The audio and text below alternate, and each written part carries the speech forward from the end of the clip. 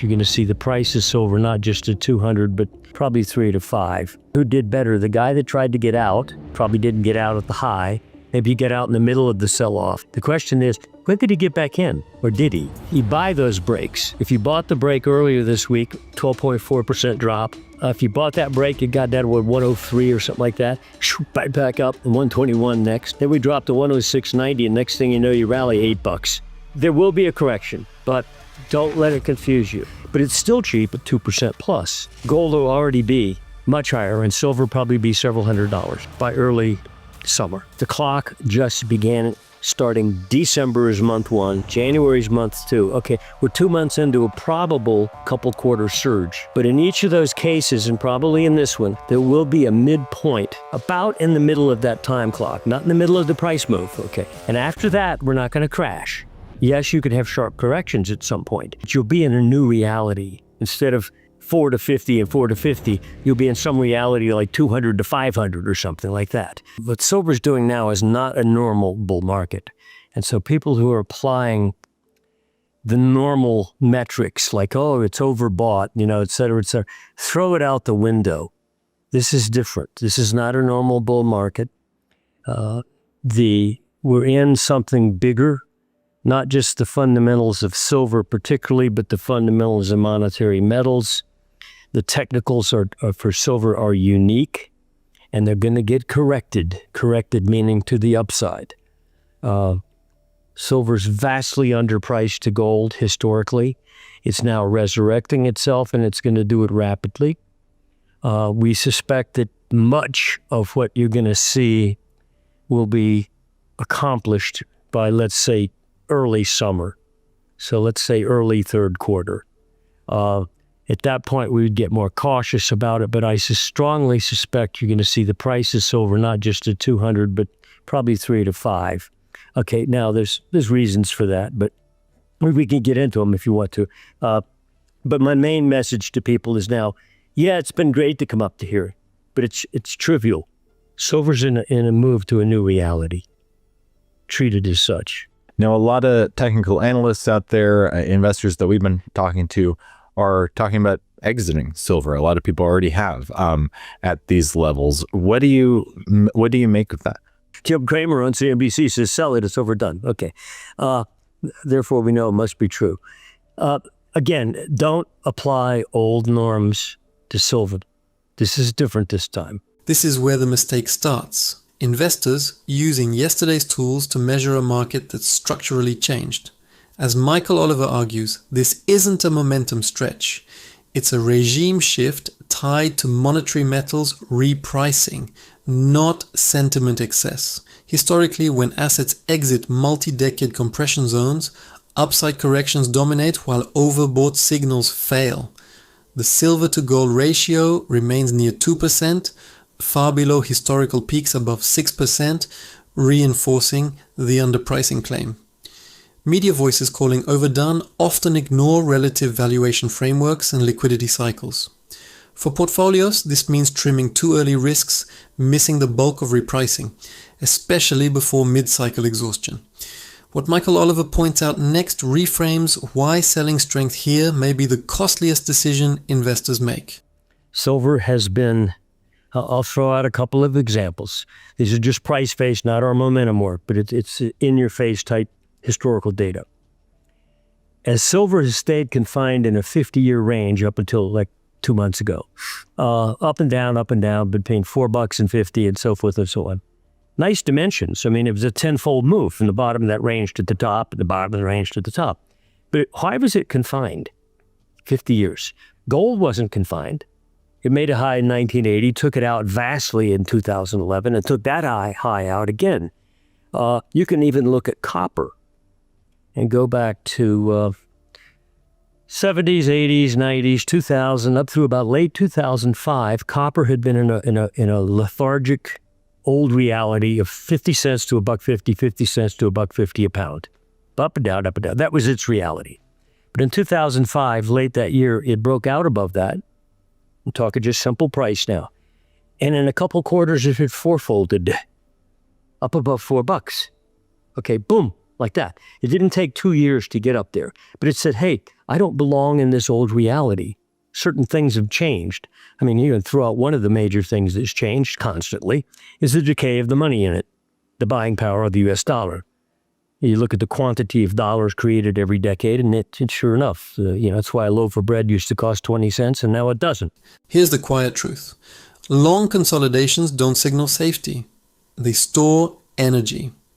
As Michael Oliver highlights, silver's 50-year range mirrors what copper experienced before its 2005 breakout, which led to a four-fold move in under 6 months. The common driver isn't demand hype, but currency debasement. US M2 money supply has expanded over 40% since 2020 alone. Gold already escaped its box decades ago. Silver simply lagged. For everyday investors, this reframes risk. Stagnation risk is behind us. Volatility risk is ahead. Those confusing range history for resistance may be anchoring to a monetary world that no longer exists. What Michael Oliver explains next shows why silver's delay may actually amplify its upside shock. Okay.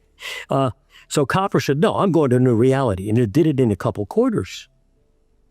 And then you look at lead, which was in the same type of situation as copper for multiple decades, just up, down, and in this definable old reality. And in 2007, year and a half after copper had done its thing, lead broke out. And again, like quadrupled in a couple quarters to a new reality. And after that new reality was reached, it sold off some, but it stayed in the higher reality than had been the old one. Same with copper. Okay. And then you look at gold, the mama monetary metal, and it hasn't been contained in a range. In fact, its bear market lows to bull market highs have been eightfold moves, 1976 to 1980, 2001, 2002, up to 2011, an eightfold move, multiple gain. Right now, we're only fivefold. So right now, even gold hasn't matched the dimensions, but it wasn't confined in a box. It was higher highs. Okay. Silver finally says, me too. Okay. But when you value silver versus gold, do a simple thing. Divide an ounce of silver into ounce of gold, and plot that. And early last year, it was down at 1%. Ounce of silver to an ounce of gold. That's like free. Okay, historically very cheap. And now it's up above 2. That's a major move. That's a doubling in the relative value of silver to gold. But it's still cheap at 2% plus. Because if you go back and look at the price range for 50 years, 2 peaks at $50. But look at the spread range. Where was silver in 1980 versus gold? 6.5%. And then in the surge in 2011, when it again reached $50, it was 3.1%, the price of gold. Right now, we're still 2%. We're still cheap. The ratio tells the story Wall Street avoids. Silver isn't expensive, it's mispriced. Michael Oliver emphasizes the silver to gold ratio, which collapsed to nearly 1% last year, a level seen only during extreme distortions. Even now, above 2%, it remains far below historical peaks near 6% to 12%, implying unfinished repricing. Gold has already logged multiple eightfold cycles. Silver hasn't even matched half that relative move. Institutions prefer ignoring ratios because they expose imbalance better than headlines. For investors, ratios cut through emotion and show whether gains are exhaustion or normalization. The silence around this metric is telling. What Michael Oliver points to next explains why this gap may close faster than portfolios can adjust. So it's our working assumption that don't be surprised, in fact, and expect that not only will silver seek a new price reality, but that its relationship to gold will at least re-achieve those old relationships to gold in terms of relative pricing. In other words, huge gain from here. So as gold continues up, which we think it will, is now in accelerated mode, obviously, silver will be even more so. And there's a lot of other reasons here, but so if you're long, don't look at it as, like 1980 run up or 2011 run up and, got to take those profits because we're going to collapse again. Don't apply the old norms. This isn't a replay, it's a reset. Michael Oliver's core argument is that silver isn't peaking into euphoria, but rising into fair relative valuation against gold. Past cycles collapsed because monetary tightening followed. Today's backdrop is debt saturation and liquidity stress, not restraint. Gold's acceleration historically pulls silver harder due to thinner liquidity and leverage sensitivity. Investors treating this like 1980 risk, selling into the strongest structural phase. Strategy-wise, this favors staggered exposure and patience over tactical exits. History punishes those who confuse volatility with reversal. And what Michael Oliver signals next clarifies why this phase may end with stabilization, not collapse. Gold will already be much higher, and silver probably be several $100s. And by the way, I still think it's going to occur mostly by early summer. One of the things that has highlighted the gold and silver markets, especially the silver markets over the last couple weeks, months, is the volatility in both directions, right? You're seeing today, for example, silver was at 120, it dropped down to 106 or something like that. So you're seeing these huge price swings. Gold dropped like $300 or so from its high. So do you anticipate that to continue? And what do people should expect from here? There will be, I think, our assessment is that there will be a correction in the middle of this move. Now, how do we define when this move began? It's when the spread relationship between silver and gold broke out. Now, already gold and silver have been going up for a couple of years. Okay, no big deal. So it's not like they suddenly became bull markets. But back in November, when you divided the price of an ounce of silver and an ounce of gold, it cleared a massive ceiling of prior resistance on that relative performance chart, on the spread chart. So when you plotted silver versus gold and went back like 10 years, you'll find, it keeps stopping at this level, keeps stopping at this level.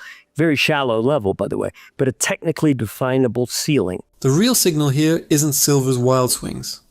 It's the quiet structural break hiding underneath them. Michael Oliver has long emphasized that relative performance breakouts often matter more than headline prices. And that's exactly what's described here. A $300 gold pullback or a 12% silver drop feels dramatic, but those moves are noise once a decade-long resistance level is cleared. Historically, volatility expands after regime shifts, not before reversals. For investors, this reframes risk. The danger isn't fluctuation, it's mistaking structural change for a topping process. What he hints at next reframes why waiting for calm may be the costliest decision of all. When we closed above that in November, we announced, the same event, technical type signal occurred in 1979, just prior to silver gushing from like $15 to 50 in 5 months. Think of the percentage gain there. And in September 2010 through April 2011, it went from 20 to 50 in 7 months, either side of 2 quarters. So once that unleashing occurred, where silver said, no more, I'm going to seek a fair value to gold, that's when the price gush really occurred in silver. Oh yeah, gold kept going up all during that time. It wasn't an issue of gold going down, silver going up. It never is. Silver exploded versus gold, but it did it in a couple quarters. And we found other insights, like I mentioned, copper and lead, for example, when they took out those price ranges. When did they accomplish the meteoric move? In a couple quarters. Not 3 years, not incremental, but vertically. I think that's where we are. In which case, the clock just began starting December is month 1, January's month 2. Okay, we're 2 months into a probable couple quarter surge.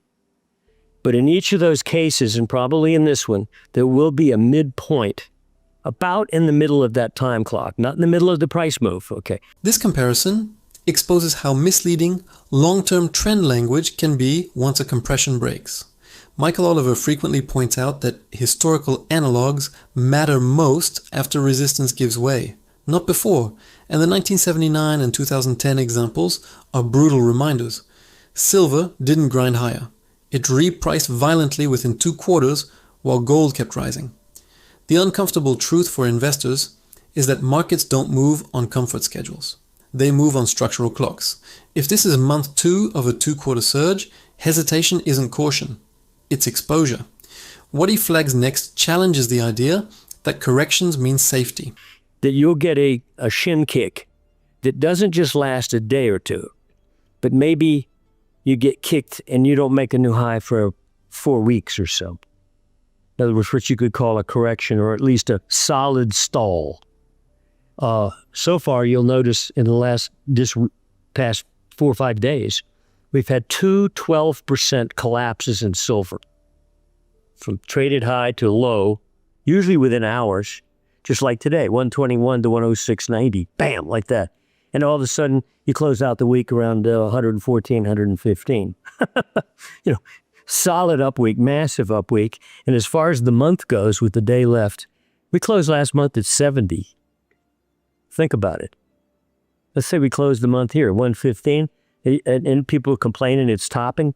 Give it a chance, And we think probably, yes, there will be a midpoint correction, but we're urging our subscribers that when we try to identify that, and maybe we'll try, don't even apply it to your investment positions, because you could mess yourself up pretty badly in terms of getting out, because then when you get back in, instead, if you're heavily in calls or time or leverage positions, then maybe you should act on that correction thing. But in both of those run-ups in 79 to 80 and 2010 to 11, once you had that correction in the middle of both of those, what was on the other side was even more than what had happened up to that point. So, this is where psychology quietly destroys portfolios. Michael Oliver has warned that violent pullbacks inside structural uptrends are designed to force bad decisions, not signal failure. 2 separate 12% intraday collapses look terrifying, until you zoom out and see silver potentially closing a month up 60% from 70 to 115. The risk isn't the correction, it's exiting spot holdings and failing to re-enter while price accelerates. Leverage behaves differently, but core positions demand discipline. What he underscores next explains why patience, not precision, decides outcomes here. you get the point. Over the course of this last year, I think everyone has been waiting for a pullback, and really like 2 years for gold. And if, for example, if they were waiting at 2,800 for gold, they're waiting for a pullback, it goes to 3,100 and then pulls back to 29, right? So it's like, okay, well, that could happen in silver as well. People waiting for a pullback, it goes to 150, pulls back to 130. Well, it would have been better maybe just a dollar cost averaging on the way up, or buying now versus, it's possible, versus waiting for that pullback, because it could be much higher, even the pullback from here. Yeah, over the last 6 months, we've told subscribers, instead of flinching at every 10 to 15% pullback, reverse. Buy every 10 to 15% pullback. And if you go back over the last few months and find any 10 to 15% pullback and circle it on your price chart, then ask yourself the question, who did better? The guy that tried to get out, probably didn't get out at the high. Maybe he got out in the middle of the sell-off. The question is, when did he get back in? Or did he? Okay. You buy those breaks. And so if you bought the break earlier this week, it was a 12.4% drop. If you bought that break, it got down to 103 or something like that. Right back up, 121 next. Then we dropped to 106.90, and next thing you know, you rally $8. Okay. So there will be a correction, but don't let it confuse you. This quietly dismantles one of retail investing's most dangerous myths, the perfect pullback. Michael Oliver often stresses that disciplined accumulation outperforms emotional timing, and the gold example here proves it. Waiting at 2,800 meant missing 3,100 entirely. A 10 to 15% pullback from much higher levels still leaves late buyers chasing strength. Dollar cost averaging during volatility isn't passive. It's strategic positioning during repricing phases.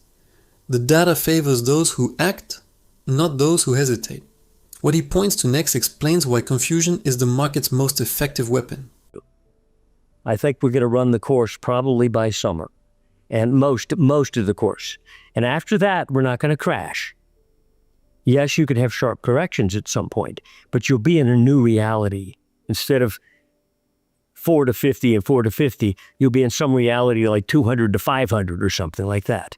But we're going to go to the new reality first, and that's the main thing. If you want to be there, don't flinch prematurely. Don't listen to all the talk about, this is just like 1980. No, it's not. Different situation here. If you think gold's going a lot higher, and I think it is, because this time we don't have the kind of situations we had in 1980 or 2011 in terms of the macro fundamentals of monetary metals. We have a government debt crisis, not a mortgage crisis, not a dot-com bubble. We've got a government bond crisis. And everybody knows we got one in Japan, but we got one too.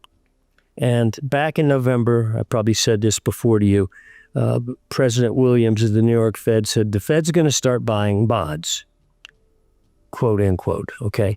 But he said the reason was to provide liquidity. That's cute. Okay, what they're trying to do is support that market. And if you look at long-term bond futures, 30-year bond futures, right now they're trading 114, 115 area on price, 114, 115. And yields are holding at high levels and price is holding at low levels for 3 years now.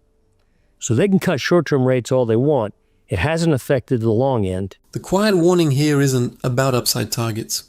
It's about why comparisons to past crashes are dangerously lazy. Michael Oliver has argued that today's metals move is rooted in sovereign debt stress, not speculative excess, and that distinction matters more than any price forecast. In 1980 and 2011, tightening cycles eventually killed momentum. Today, long-end yields remain stubbornly high despite rate cuts and bond buying. That's a structural failure signal, not noise. For investors, this reframes corrections as pauses inside a repricing cycle driven by debt credibility, not froth. What comes next explains why the bond market is the real accelerant. And there's a lot of companies out there, especially in commercial real estate, and some banks are vulnerable to this choking high yield, high rates. It's not coming down. And the T-bond market itself doesn't look good. It doesn't look healthy. Our technical analysis of the T-bond market says, and it's bigger than the stock market, by the way, you don't want to slip about 3 more points from the recent lows we've seen in T-bond futures. And by the way, since they started buying in November, T-bonds have come down in price, up in yield. So it hasn't helped stabilize that market. It may have slowed its decline, but it hasn't stopped it. You drop about, 3 points below where you are now in prices, and you're gonna spark a sharp sell-off, a rise in yields. And that's gonna panic the central bank, because then all of a sudden there could be a global perception that, yeah, we know all the Western world government bond markets are not in good shape, and Japan's in a panic mode. And if all of a sudden another one looks like it's not only not in good shape, but looking like, uh-oh, it's very risky, then suddenly you get arms in the air. And what's the alternative? Well, Morgan Stanley said so a couple months ago. You know that. It's almost worth a chuckle.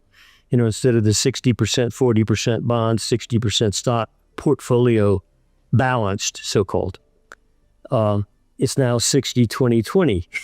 Gold is 20. Okay. Heck of an admission, but a good admission that the old reality doesn't work anymore. Bonds are not the alternative. In fact, the only thing wrong with his statement was the balance percentages. This part exposes how fragile the so-called risk-free asset has become beneath the surface.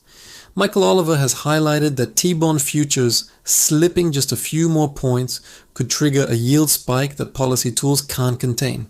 Despite Fed bond buying since November, prices are still falling. A clear signal that demand is structural, not cyclical. When Morgan Stanley publicly abandons the 60-40 model, it's not innovation, it's admission. For investors, this means traditional diversification is failing precisely when it's needed most. The next point explains why central banks may lose control faster than markets expect. But anyway, that's where we stand now. So we have you've got to watch the government bond market because that's a potential crisis beyond any. That's a nuclear event. And it's dancing on glass. And we're arguing technically you drop about 3 more points in the bond futures. And I suspect they're going to do it. Question is when. This month, next month, or the following month. I think soon they probably will. You're going to have a noisy panic. The central bank will go berserk in terms of, print. They got to save that market. They can't let it catch fire. And the public can't take it in terms of, sense of stability, And that's what's helping drive gold because I think it knows it's coming. And so everybody's looking for, why is it going vertical? Well, look at the government debt markets. Anyway, that's where I think we stand. And right now, I think by the time the public becomes aware of that crisis fully and panicked by it. The most important market right now isn't equities. It's the one barely anyone watches daily. Michael Oliver has warned that bond futures breaking just a few more points could force emergency level intervention, not routine easing. Central banks can't allow a disorderly bond market without risking public confidence, which historically leads straight to aggressive liquidity expansion. Gold tends to move before that panic becomes visible, not after. For long-term investors, this explains why price acceleration often looks irrational right up until policy response makes it obvious.